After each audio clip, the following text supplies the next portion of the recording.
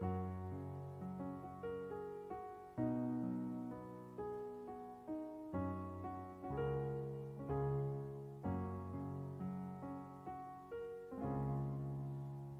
daki jalan mulia, tetap doa ku inilah ke tempat tinggi dan teguh. Tuhan mantapkan langkahku, ya Tuhan angkat diriku lebih dekat kepadamu di tempat tinggi dan teguh. Tuhan mantapkan langkahku.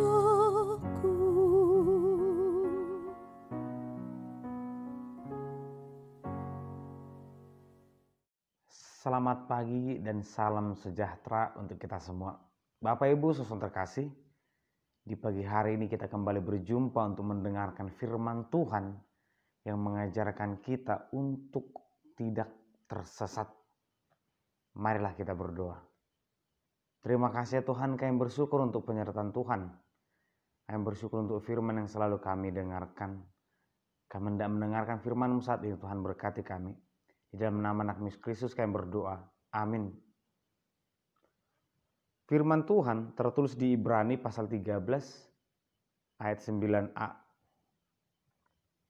Janganlah kamu disesatkan oleh berbagai ajaran asing. Demikian pembacaan firman Tuhan.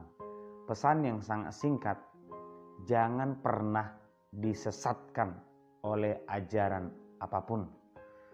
Pada umumnya, seseorang itu tersesat karena dua hal. Pertama, karena ketidaktahuannya atau ketidakmampuannya. Yang kedua adalah karena kelicikan orang lain atau orang di luar dirinya. Yang manakah yang sering terjadi dalam diri seseorang? Antara yang pertama dan yang kedua, ini pun sering datang silih berganti. Tanpa ada orang yang berniat buruk, seseorang bisa tersesat. Karena memang ketidakmampuannya untuk mengambil keputusan, memilih jalan yang harus dia lalui. Apakah dia harus ke kanan atau ke kiri, jalan terbuka lebar. Tetapi karena dia lebih senang dengan jalan yang lebar, yang menjanjikan ini, dia akan memilih itu. Tetapi firman Tuhan berkata, jalan keselamatan itu sangat sempit. Dan mungkin orang tidak akan memilih itu. Ketidakmampuan bisa membuat seseorang tersesat sendiri.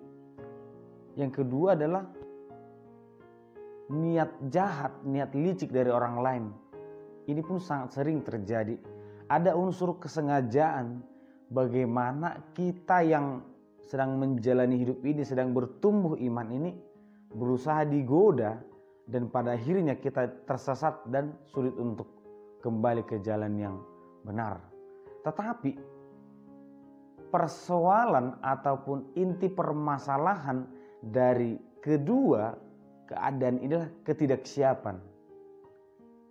Sebenarnya apapun yang terjadi, seseorang harus berjaga-jaga, seseorang harus tetap setia bagaimana agar imannya ini tidak pernah bisa diganggu oleh orang lain.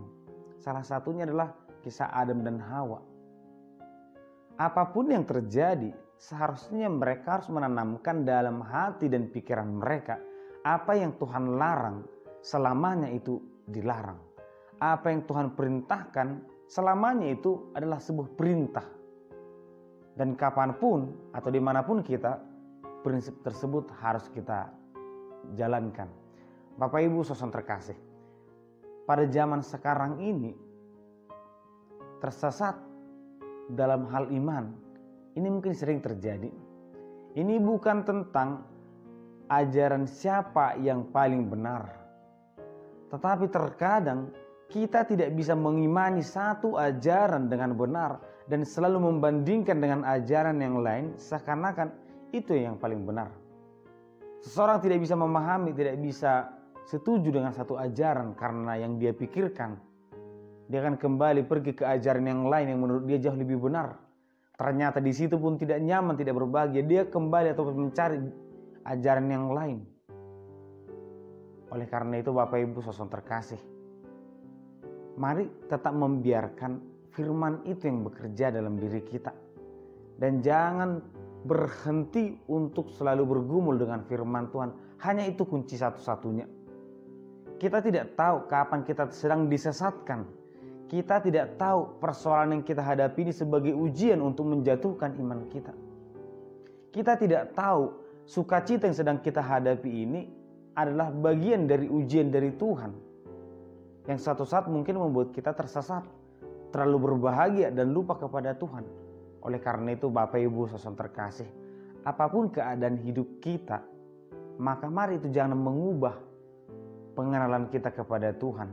Apakah itu persoalan yang sangat besar, sukacita yang sangat besar. Jika kita adalah orang yang setia kepada Tuhan, tetaplah setia. Jika kita yang selalu membaca firman Tuhan, tetaplah membaca firman Tuhan.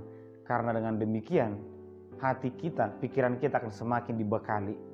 Tuhan memberkati. Kita berdoa.